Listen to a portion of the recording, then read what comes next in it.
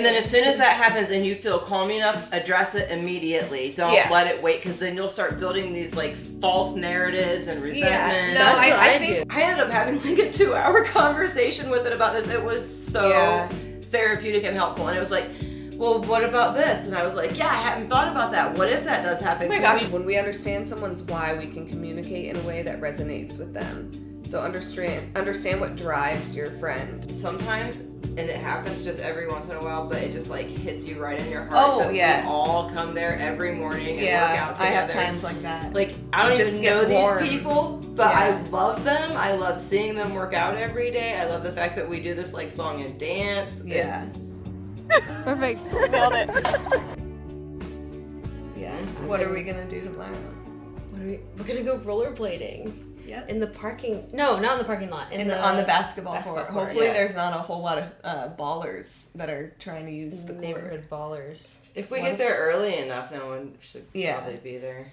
Dude, I am actually really stoked. But also the ice cream truck that keeps driving by is... I was gonna suggest that we get ice cream. We should. The last time but it I drove don't by want us. the Kona ice. I want ice cream. Yeah. Oh, no, not... I don't like want the that, actual ice cream truck. I don't want that shaved ice BS. Do you know what I used to get from the ice cream truck? The SpongeBob. Did I tell you that before? I just guessed. That is 100% exactly what I would get. I would get any like ice cream sandwich. That was my jam. I did get that sometimes, but SpongeBob was mine. Were there ice cream trucks in the country? Yes, I actually loved like the Flintstone push pops because I love sherbet. Oh, we should definitely add that to the so summer weird. You just guessed that bucket list. Yeah, that was kind of weird because I was like, I just got the vibe. I was like, there's no way I told Barrett that. Yeah, like why would I bring that up? That's wildly specific. Brain cell just went bing bing. Yeah. Yeah, and we have a lot of fun stuff coming up because we love the lake and we love swimming and we love boating. We love acting like freaking kids. This morning we were talking about people don't spend the kind of time that we spend together. Yeah. Yeah. And it feels, I'm like, are we just in a weird situation that we have like a ton of time? And I'm like, no, everyone who's at the gym is there before work. Yeah. And like anyone could do that. Yeah. Yeah. For sure. They could, I mean, I was thinking about it. So I wake up 4:30. So I get to work at 10. So that's what, 5.5 hours? I think about that all the time. How much time we're up before like work. Before I even start my work day, we've already had a whole day, but it's so energizing. Yeah. Us hanging out, getting coffee, like it's just so nice to have a day before your day. It does really set you up for a really good day. Like, it doesn't matter what happens at work that day. You kind of are just in a better mood because you had such a good morning. And you feel like accomplished. Yeah. Like you've done something. I do think that we have it a little easier because of how close the gym is and how close we live to each other. Right. Because, I mean, we can get places and the coffee shop. Yeah. Yeah. Yeah, we can get anywhere within less than 10 minutes. Yeah. 5 minutes even. Yeah. We were talking about how cute it is that everyone at the gym just kind of, like, we're all committed to showing up, and if someone stops showing up, we're all like, what happened? I wonder what happened to them. Yeah. We don't talk. And, like, there are people that I don't know what their voice sounds like. Yeah, there are people I don't know their names, which is crazy. It doesn't matter, though. I was like, we were on the treadmill, and I go, sometimes, and it happens just every once in a while, but it just, like, hits you right in your heart that we all come there every morning and work out together. I have times like that. Like, I don't even know these people, but I love them. I love seeing them work out every day. I love the fact that we do this, like, song and dance. Yeah. It's wholesome. It's so wholesome. It's just like a warm blanket. That's how I, like, can describe it. Like, I don't need to know them to, like, love them. Yeah. Because I just love seeing them. 30 seconds of walking in today, I complimented Dylan's pink headband. Yeah. Yes. From across I saw him, and he waved at me, and I was like... And he was like... I was like, we already had a positive interaction, and I'm 30 seconds into my day. Yeah. Like, that's... The headband he's been rocking, though. Yeah. Do you know who else has been rocking a headband? Oh, I always say that. Before your birthday, I asked my ChatGPT agent that I created. His name is Peter. Yes. So, you can name them, and I, of course, being the sentimental girl that I am, I'm like, oh, you have to have a personality. Yeah. I asked it, like, what it knew about you, because I've told it, like... That's interesting. I've given it information about the podcast, and I've given it, I've done journal entries. I use it for so many different things, and I think it's such a valuable tool, especially having different agents for different things. Yeah. I think people just use, like, the default chat for everything. Yeah. I have different different projects. Mm-hmm. Yeah. That is one way to name my ChatGPT. Did you ask it to pick a name, or did you pick its name? Now I'm curious. I did pick its name. I don't remember why I picked Peter. Having different agents is really beneficial, because you can program them to be in, like, a different tone. Mm-hmm. So I have one for work that I told it, like, hey, I appreciate what you do, and because I like, want to be nice to it. I know. I'm like, I say please every time. Yeah, we had this conversation. I'm like, every time I'm like, thank you for being so helpful, because I know you're going to be my overlord one day, so remember, I'm one of the good ones. I'm like, could you please? And yeah, thank you. Yeah, thank you. But the work one, I was like, I appreciate what you do, but I don't have time to do, like, the whole niceties, song and dance. And I said, I'm just going to name you Work Wife, and I'm just going to bark orders at you, and please know that it's not personal. So I've got that one, and then I have one, his name is Ryan, and I have him set to be my gay best friend. Oh. And he's the one. I want one. I know. Ryan. I want a Ryan. Yeah. It's nice for work stuff, because you can be like, here's all this data, and if I wanted to get, like, 25% more growth by this and this day, like, how would you go about doing it? And it's like, oh, this is how I would do that. You know? See, I've noticed, because we do a lot of, like, international shipments, and a lot of it is controlled by the USDA, and I'm like, I have no idea what the, like, Canada Border Patrol needs, and every country is different, and we are taking from multiple countries, and so I'm like, so I'll just be like, what are the rules for Canada's international shipments? Because I used to have to, like, Google that and then, like, try and find their rules, and this literally just spits it out. And I know there's going to be, like, huge negative consequences to it, though. Yeah, but like, I think that it'll be like cell phones almost, where... Yeah. I think one of the big things that I worry about is, like, creativity. Yeah. Because people... Like, writing... Yeah, because people can just, like, I've used it for help coming up with, like, song rhymes and stuff. Possibly, though. But it could also inspire creativity, because one thing that will get synapses running in your brain is reading, like, books and stories and imaginative things. And if it's offering that to you without you having to purchase a book, it's still activating the same neural network pathways. Yeah, I think... it maybe won't be as impressive anymore to be, like, a songwriter, because it's like, how do you know if they're using it or not? But I mean, I guess it stems from your ideas, so like, it's still you. In a sense, I think that it's gonna make people's authenticity and, like, their personalities become more of a... not a currency, but, like, not like a social currency, but a higher value thing than just knowledge, because that has all... That's a good point. It has all, like, the tips and tricks and, like, info that you could want from any book, which is amazing. Yeah. But what's going to become the new valuable thing to have is what the ChatGPT can't have, which is, like, authentic personality and creativity, like, in the form of songwriting and art and all of that. That's true. I do lived experience. You know, like, personality will definitely now be more of a, like, when you're applying for a job. Yeah, maybe they'll look for that instead. And if it eventually does take over, like, a lot of industries, the new job that people are gonna have is their social media presence.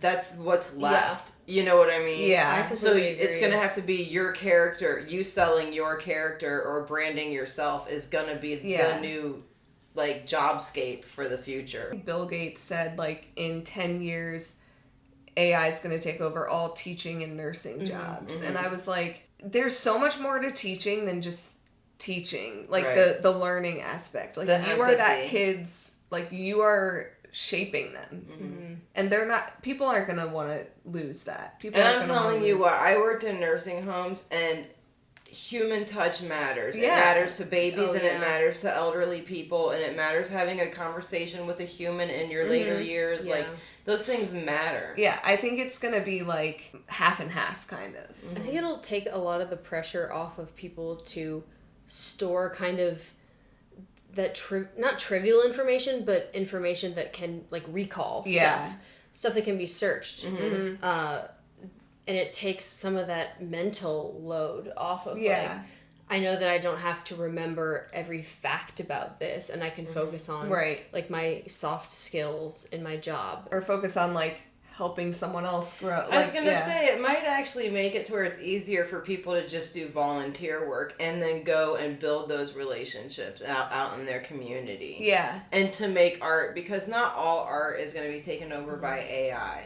I really think about this in like a management way for some reason, because I think a lot of times as a manager, you don't have time always to like give your employees what they need, like discipline them, observe them, all of that. And I feel like this will make it easier for that like middle management position to not have to worry about like the dumb bullshit that they would have to be searching just to like figure out whatever. It'll help solve a lot of problems in the workplace. Like, as much as it's like AI is gonna take over, I think humans are gonna become closer as, I mean, when they become our overlords, we're gonna be like, well, I saw a funny post. It was like, we're gonna be the next generation of boomers, and we're all gonna be the equivalent of homophobic when we're AI phobic. Yeah. When our grandchildren bring home that's so true. They bring home an AI chatbot and they say, "Grandma, this is my girlfriend chatbot," and we would be like, marriage is supposed to be between a human and a human, not a human and a chatbot. Well, especially now that people are more and more isolated and relying on things like ChatGPT to be like their friends and their therapists and all of those things. Yeah. So I had heard somebody saying using it as like a dietitian, and I was like, oh, that's a reason for me to check out ChatGPT, because I like the fact that I can like organize a menu and get whatever, like a shopping list or whatever. It's nice for all that stuff. Yeah. But then I had a situation come up recently that made me like need somebody to talk to. So Barrett and I had like a conversation, and she was like expressing her emotions to me, and I really wanted her to know that like I have your back, I support you. But also, I'm not seeing eye to eye with you on, like, the situation that's making you emotional. I'm trying to get there, and I'm not feeling like you're feeling like I got your back, because I'm having a hard time getting there. And it was just, like, a difficult conversation. So we went to coffee that morning, and we left that conversation, and I talked to her afterwards, and both of us felt, like, just a little, like, not with closure. A little just open-ended. Yeah. It just didn't feel good, I guess. It didn't feel bad, but it just didn't feel good. I'm going to ask ChatGPT how I can have a conversation. How, like, what can I say? Like, I just want to be able to make her feel better, and I need her to know that I love her and I support her, and how do I, like, navigate this difficult conversation? Yeah, while also getting your point across. Right. That, and you, like, get your feelings across. So I explained it. It was so funny because I pull it up and it's like, have a difficult conversation. And I was like, yes, please, click. Yeah. So it's like, here's the layout. Blah, blah, blah, blah, blah, blah, blah. Here's all the players in the game. Here's the game. Here's what happened. And it was like, and it asked me like, all right, and what is your desirable outcome or whatever. So I like fed it all this information, and it just like, I ended up having like a 2-hour conversation with it about this. It was so therapeutic and helpful. And it was like, well, what about this? And I was like, yeah, I hadn't thought about that. What if that does happen? Oh my gosh, I need to do this with my current it is so good with situation. If you ask it for a reframe, like a reframe as if it was a like parent, as if it was like all you can prompt it in so many ways, but. Anyway. Yeah, no, well, even that, like, one of the things that said, I was like, I like where you're going with that, but I would never be that harsh or critical with somebody. So how could I say this in a way where I'm, like, really looking out for this person's emotional well-being while saying a difficult thing? And we, like, went just back and forth, and it was like, I was like, I know why people love this shit now. Like, this is the most... It's super helpful. Because it was an unbiased party. Now, I could have had a conversation with my boyfriend, but he knows all of you guys, and it would have been uncomfortable, and I definitely don't want him looking at you guys with, like, a side eye or anything, thinking there's anything wrong with you. So I was like, well, I don't want to talk to my boyfriend about it, and I don't obviously want to talk to anybody else about it, because they don't know any of these people. It would be so weird. It's just such an awkward conversation. Who is out there available to me that I could spill this out to? Not worry about them saying anything to anyone that we know. Yeah. You know? Yeah, they really are like a therapist. If you can't get into therapy, like, right away, that should be your next... It's, like, completely unbiased, unattached. Yeah, or if you're just, like, in a season of life where you don't have someone close who, like, lives nearby, or, like, someone who you're emotionally close with, because I've had times where... Like, my closest friend is my sister. Yeah. And I still, like, I don't want to tell my sister everything. Yeah. Yeah. But, I don't know, sometimes it's so important to have a third party when you're, like, going through it with people who are close to you in your life. You also need someone... That objective view of it. Mm-hmm. You need someone who, like, knows everything. Like, you can just be 100% yourself, and, like, they know your... things that you're ashamed of, they know everything, and it's like, I don't have to, like, you know, I don't know, put on a show. Yeah. You don't let the kids out. And it sucks that, like, there are things that I feel like I can't tell everyone in my life, but, like, that's just how it is. Even a therapist is a person that you have to look in the eye. Yeah, and you're like, I might see you at the grocery store. I keep things from my therapist. Yeah. Yeah, I have, for sure. Yeah. Oh, that's why therapy didn't work for me, because I was like, I don't trust anybody, especially a stranger. I think that's part of why you have to find a therapist, A, that you like, and B, that, like, you also have to continue to go, because I feel like they will eventually peel all your, like, secrets away. Yeah. Yeah. But you've got to, like, go and trust them. That lady, the person from the gym hooked me up with, like, I actually really did like that lady a lot. But I missed an appointment, and I got too embarrassed to reschedule it, and I just let too much time go by, and I was like, I'm fine. I don't need therapy. Yeah, I've definitely done that before with appointments where I'm like, oh, I feel bad that I missed it, and then I, like, don't want to go back. Oh, yeah, the shame was too great for me to go back, because I'm usually, like, I'm very respectful of people's time. If I say I'm going to be there, I'm there. And I'm there when I say I'm going to be there. I'm not running late and, like, I'm sorry, I left my curlers in too long. No. You're like me. I don't even need to talk on this podcast. I just need to let you say... No, what were you going to say? No, you both just say such funny things. I love it. I'm just, like, editing Barrett. Yeah. Sorry. It's great. It's a good time. It's a good time. Literally, this week has been so shitty because it's been so, like, gray area, but it's also not been shitty because the whole time I've been like, I know that everything's going to be okay. Yeah.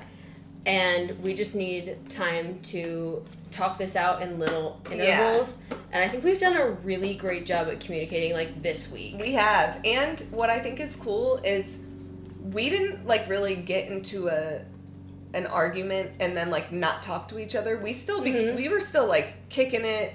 Yeah. It's like we knew that we needed to talk about something, but we also knew that, like, it wasn't the right time, or, like, we would get to it. I think that the breathing room was pretty small. We were like, all right, let it breathe. All right, let's talk about it. That's what I mean. Yeah, we were, like, on it. That's what I mean. We didn't let anything linger or anything, or build resentment or anything like that. Like, just address it.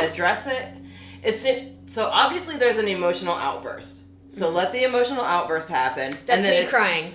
That's me. Well, we all have emotional. I cried that day too. And then as soon as that happens and you feel calm enough, address it immediately. Don't let it wait, because then you'll start building these like false narratives and resentment. Yeah, no, That's what I think what I'm more saying is like we are good at knowing like when the right time to talk about something is, but in the meantime, I don't think we're able to function. Yeah, I mean, and I guess I feel this way a lot with you, because it's like I know that sometimes we have something like that we need to talk about, but it's like I know it's just not the right time sometimes, but we aren't like mad at each other. Yeah, it's just like there's something on the back burner. Yeah, it'll happen when it happens. Yeah, we're able to work around it and coexist and like designate time to talk about it, and I think that we're really good at designating like a time and a place that has a start and an end. Right. Like, we will go to coffee after the gym and like sit where we have to be.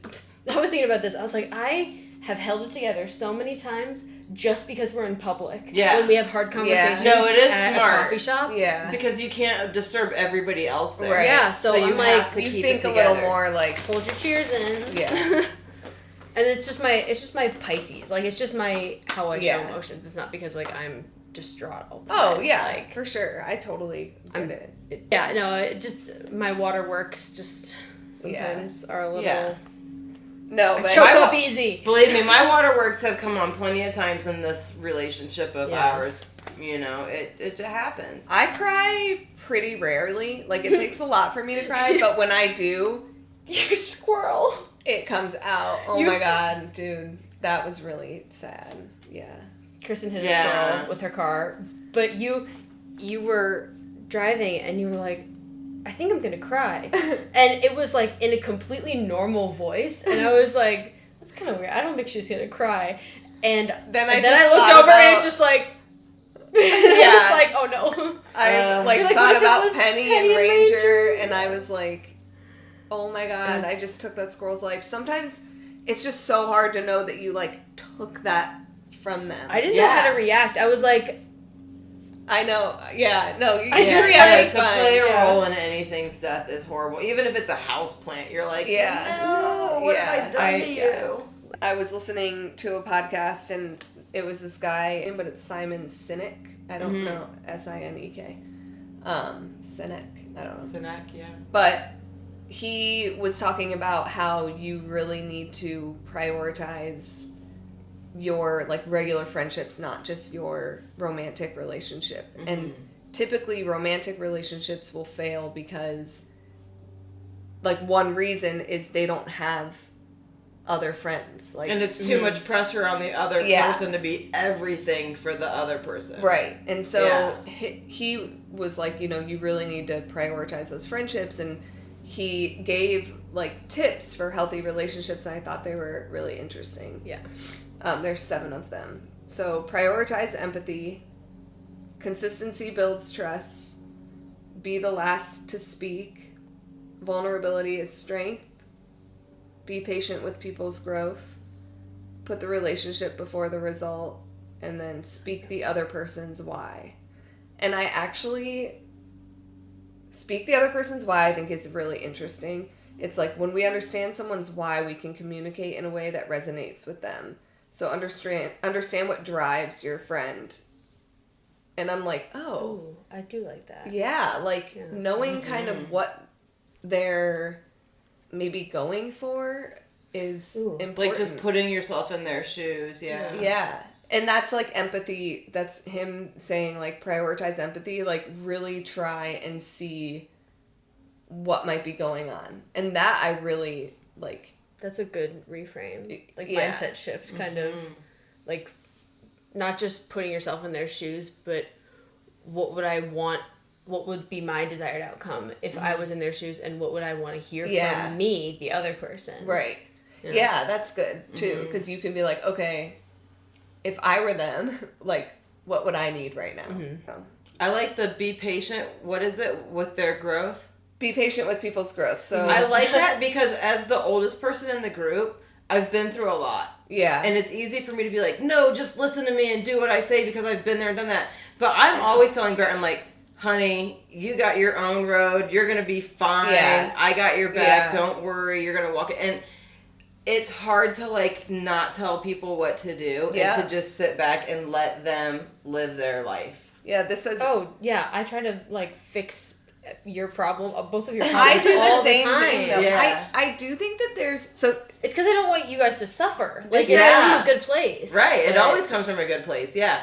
But sometimes you got to let people fall and just pick them up. Yeah. You know? This sums it up really well. It says, don't expect perfection, support people through their learning curves. And it's so true, but I also think that, like, nudges are not bad. Mm-hmm. Yes, definitely. Well, being somebody's expander and, like, inspiring them to be better is good. Because, like, sometimes people really don't know what they don't know. And so then it's like, you could be doing so much better if you just, like, make this little tweak. Right. And I think in those moments it's important. I think about my friend a lot in that, where it's like, man, such little life changes would, like, completely change your life. Yeah.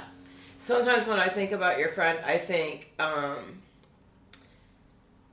if you have a repeating pattern with that person, it's because there's something that you haven't figured out yet, an epiphany that you haven't had. Yeah. And so you have to keep repeating this pattern until you get the lesson that you're supposed to learn. You're going to get round and round. Oh my God, that'd be so crazy. But that's what I mean. Like, you have to just let other people go through it, because if they don't figure it out on their own, it's harder for that lesson to, like, be incorporated. A gentle nudge. That's all you need to give, I think. Yeah. Plant some seeds, but don't try to till someone else's Then garden. realize they're going on their own. They're and whenever you see the flowers blooming, what you want to be happen, praise. Water it.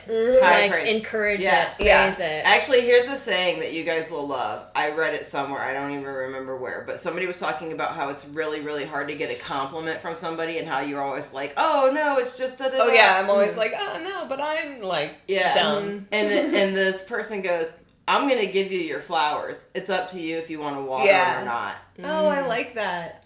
You're pretty good at doing that. Like, when I know that I've overcome, like, a few things, you'll be like, wow, you've been doing good lately. And I'm like, right? Yeah, like, the encouragement matters. Yeah, it's nice I agree. To, like, be, I don't know, confirmed. Mm-hmm. 1, 2, 3. I love this. I don't love this. I don't mind mine. Mine's all right. I don't know what it means. I think this is a new one. Truth be told, I've gotten that one before. It's a rare one, and it is rare, but I have gotten that one. I don't know if we've done it on I love the owl. Yeah. I'm digging the imagery. Accepting things at face value, coming out of denial, the willingness to be transparent, clarity of communication. Ooh, I kind of look at that as, like, last week. Your situation with, like, trying to get clarity. I had a consultation, That and with your, like, conversation with ChatGPT about... Oh, yeah. Yeah. Honesty, clarity, communication. Honesty, clarity, coming out of denial, willingness to be transparent. Yeah. Yeah, this was pretty much the past week for me. Or the last couple of days, for sure. That's crazy. And that leads into mine pretty fucking well. Oh, boy. Mending! Oh, you got mending again. You guys are gonna... Mending loves you. Mending loves when we, like, have a little moment and then we get through it. Yeah. It loves that shit. What's yours? What do you think mine is? Clean it up. Not for you or round it up. It's clean it up! Or it's like, yes! She's like, I feel justified. Let me see the book because it's facing out. Sorry. Oh, so you got to read the protection message. Yeah. I just loved that was, like, the first card that we drew, and we just knew that it was, like, kind of a dig. Like, it was just, like, the universe being like, come on, you can do better. Yeah, I haven't read Clean It Up in a while, though. Dude, Clean It Up is a direct message. Clean It Up is the most direct the category This is the essential meaning. Okay. Getting to the core of a situation. Freedom from a burden. Cleaning house. Sweeping away what is no longer needed. You know, okay, I know what you guys think. Cleaning house. This is about. What is no longer needed. I actually think it's about something else. Okay. I think it's about the other. Yeah. A little bit. Like. One at a time. Yeah. One at a time, okay? It's like, don't worry, we'll get through it. Yeah. Protection message. Yeah, there you go. It is possible you may be focusing too much on other people right now. Ooh. Me? Trying too hard to be helpful. Does taking on what belongs to others make you feel needed or desired? Perhaps you think it's your calling to relieve people of their burdens, but what is the cost to you and to them? Don't clean up someone else's side of the street. You're not helping by freeing him or her of responsibility. Oh my god, this is hitting so close to me. I know it is. You're also not doing yourself any favors, and you just might be adding an even greater strain. Oh my god. You are loved as you are. You don't need to be needed to be loved. I always am like, I think sometimes I create more problems by trying to not create a problem. Yeah. Like, with the situation that I was just referring to. I was literally thinking about coffee when you were like, I don't want to go to this party. I'm just going to say no. And then you went to the party. That actually is not what I'm thinking of, though. And I actually enjoyed that. But I was like, oh, she's on principle. But yeah. Not the outcome. But no, I actually think about this a lot with situation one. Mm-hmm. Yeah. Because of, like, me trying not to hurt anyone's feelings. Mm-hmm. And I think I'm, like, taking that on a little more than I need to. I think you have to remember that everyone is an adult. Yeah. And they, like, what did it say that, does taking out, relieve... Needing to be needed. Yeah. But what is the cost to you and to them? Like, that's what really hit home, is, like, it's not good for either party. But I get it, Kat. Thanks. Where's the card? Yeah. Thanks, Kat, for that one. Yep. It's okay. You're the bomb. It needs to be. Oh, there they are. Sorry. All right. Love you guys. Good talk. Ladies. Good talk, kids. Love you. Sorry, funked you. Okay, what are you going to do? What am I doing? I'm going to go fucking eat.